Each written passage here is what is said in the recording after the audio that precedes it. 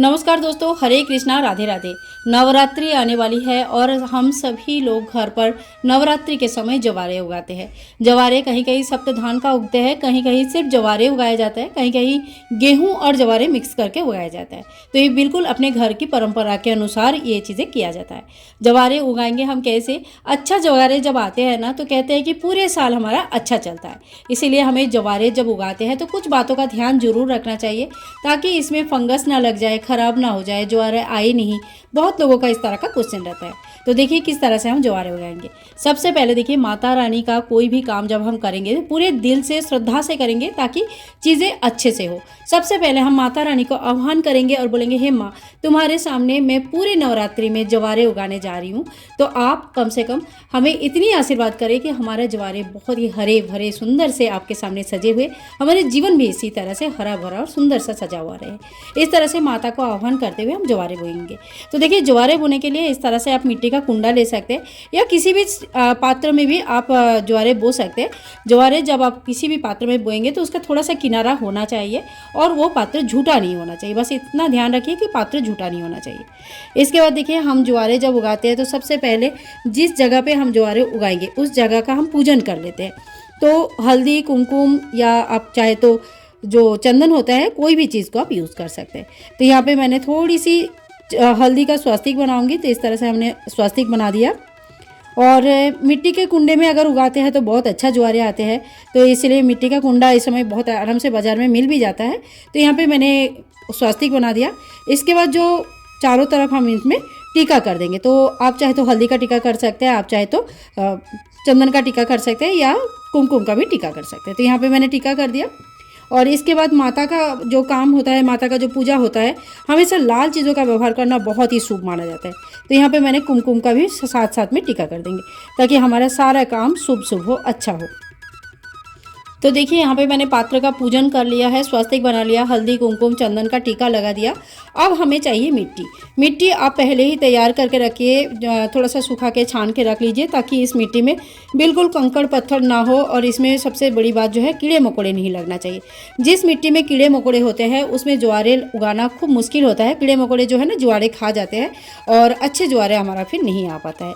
दूसरी बात का ये ध्यान रखना है कि जब भी आप ज्वारे उगाएंगे बहुत ज़्यादा पानी नहीं डालिए, क्योंकि इस समय हमें जो ज्वारे उगाते हैं वो घर के अंदर ही उगते हैं, घर के अंदर रहता है, इसमें धूप नहीं मिल पाती है। तो इसमें अगर बहुत ज़्यादा पानी होगा तो फिर उसमें ज्वारे आना मुश्किल हो जाएगा। तो देखिए, इस तरह से हमने मिट्टी लगा दिया है। इसके बाद देखिए, एक और ध्यान करने वाली बात है, जो ज्वारे आप लाएंगे, जिस दिन आप बोएंगे, ज्वारे हम पहले दिन बोते हैं, तो पहले दिन जब बोएंगे तो उससे एक दिन पहले ही, यानी कि अमावस्या के रात को ही हमें ज्वारे को अच्छे से धोकर पानी में भिगो के रख देना है। पूरी एक रात जब भिगा रहेगा तो ज्वारे अच्छी तरह से फूल जाती है। जब ये फूला फूला ज्वारे हम बोते हैं ना, तो एक दिन में ही इसमें अंकुर आना शुरू हो जाता है। तो इस तरह से, और देखिए ज्वारे का एक है, मेरे ये ज्वारे बहुत अच्छे हैं, इसमें ऊपर कोई भी ज्वारे ऊपर से नहीं आया। लेकिन अगर कभी कभी देखा जाता है कि ऊपर में कुछ चीज़ें तैरती हुई देखा जाता है, तो उसको आपको नहीं बोना है, उनको ऐसे ऊपर से निकाल के आप फेंक दीजिएगा। उनको फेंक दीजिए और उसके बाद जो नीचे जो डूबा हुआ ज्वारे है उसे बोना है हमें, उसी से ज्वारे बहुत अच्छा आता है। तो देखिए, इसमें से ज्वारे हम ले लेंगे और धीरे धीरे पूरे इस तरह से फैला देंगे। तो ज्वारे भुने में बिल्कुल कंजूसी हमें नहीं करनी है, बहुत अच्छी तरह से फैलाना है ताकि बहुत अच्छी तरह से ज्वारे आ जाए।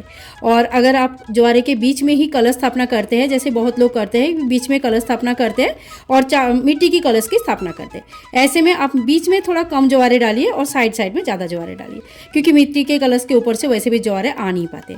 तो देखिए, यहाँ पे मैंने अच्छी तरह से सारे जितने भी मेरे ज्वारे हैं वो मैं डाल दूँगी।